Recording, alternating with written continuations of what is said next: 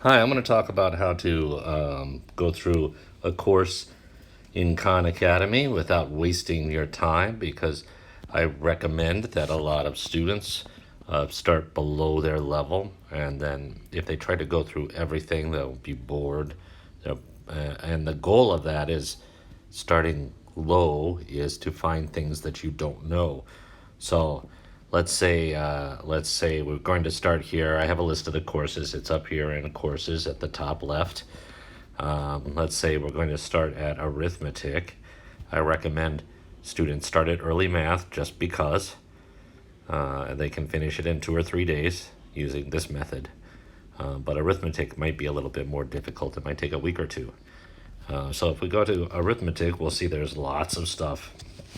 So there are actually 176 activities here, looks like.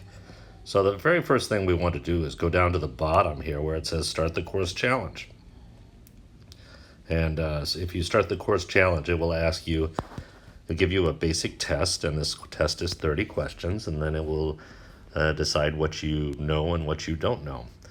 And it's only 30 questions, so it doesn't do the whole course, but it covers most of the major items. And if you do well on them, then it thinks that you know it, and it will give you credit for it. So even though I'm not going to do it right now, even though I'm at 0 points for this 17,600 at the top, I could get maybe almost half of those just from the course challenge.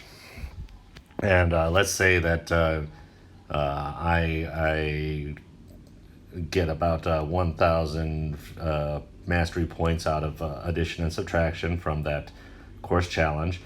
Then I start in addition and subtraction. There's this blue button that says get started, and I'm going to say don't do that. Actually, go in to the unit that you want, go to the bottom,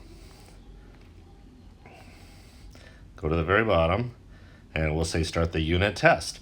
And so the same way for this unit, you want to figure out what you know and don't know. So there may be some things that the course mastery test didn't check for you.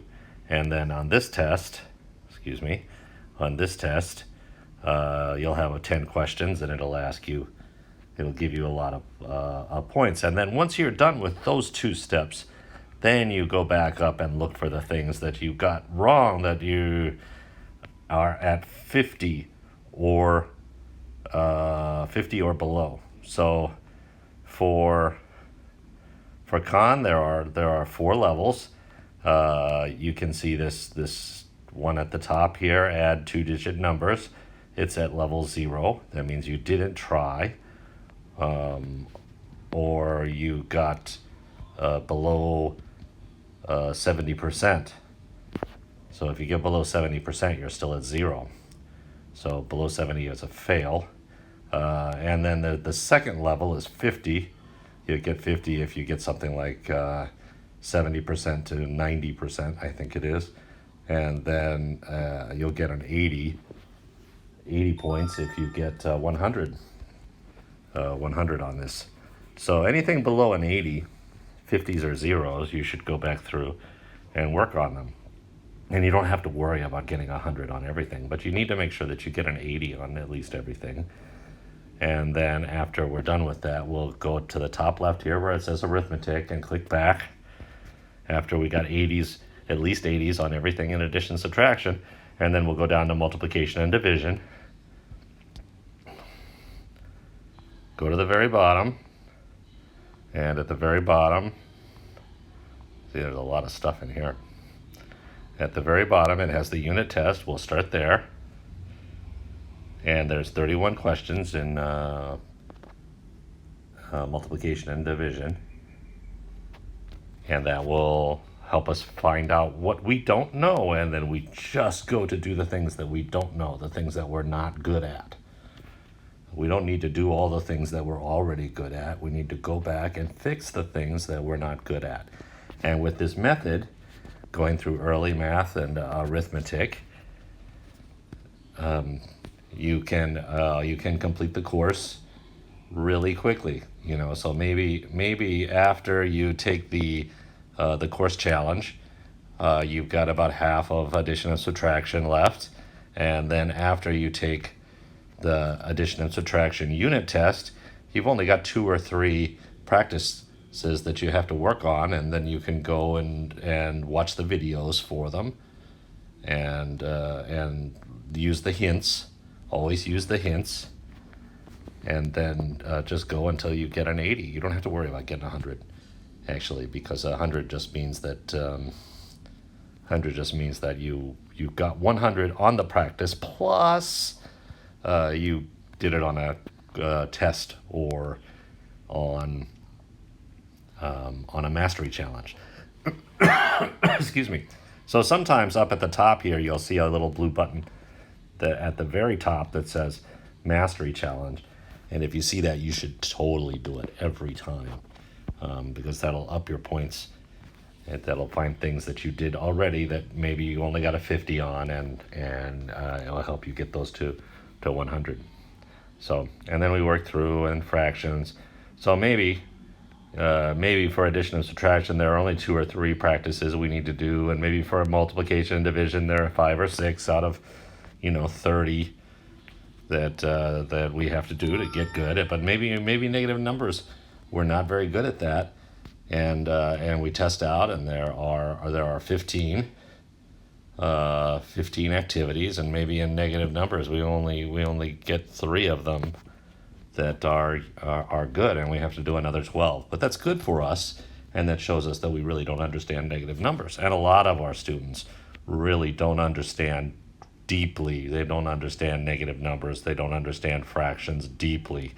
And you'd be surprised, but a lot of our students also don't really understand decimals, and especially comparing decimals as fractions, those kinds of things. Adding and subtracting decimals is pretty easy for most of our students, but things like what is a fraction in a decimal, or what is a decimal in a fraction, or which of these decimals are larger, sometimes that's really hard for students. So using this method, you can go through basically any of the courses. Once you get to about 90%, once you get to about 90% of early math, then you can go on to arithmetic. Once you get on to about 90% of arithmetic, then you can go on to pre-algebra. And in pre-algebra, we'll do the same thing. We'll go down to the bottom, and we'll start with the course challenge.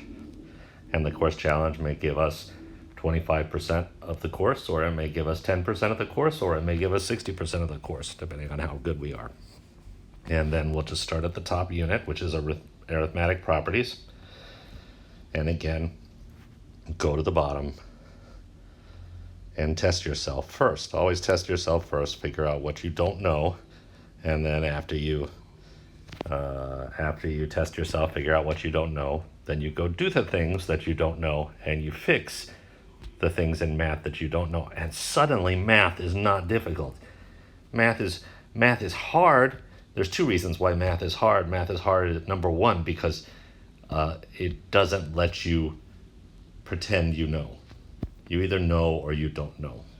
And so you can't really, there's a lot of classes where you can kind of pretend you know and kind of get away with a 70% answer. But if it's a 70% answer in math, it's not right, and everybody knows it's not right. So that's one reason why math is hard. But the other reason is, if you know 70% and you move on to the next step, then you really don't understand the things that you had to do before, and you have to learn some new stuff, and you have to be perfect at it. So math is, to be good at math, and for math to be kind of easy, the only thing you have to do is you just have to know all the stuff before. If you know all the stuff before and can do all the stuff before, the next step in math is always really easy, and you think, oh yeah, okay, I get that. That makes sense. But if you get 2 steps behind, and then you get shown a new thing in math, then you don't understand why it works, and then it's really difficult. But as long as you make sure that you're caught up and you know all of the foundational stuff, all of the basic stuff in math, then the next step in math is almost always really pretty easy, because math courses step through things really slowly. And where we have a problem is we just don't have the foundation. We don't have the basic knowledge that we're supposed to have. So that's why I always tell my students, go through, fix the stuff that you don't know, and then come back. Okay, so that's it for today. That's how you go through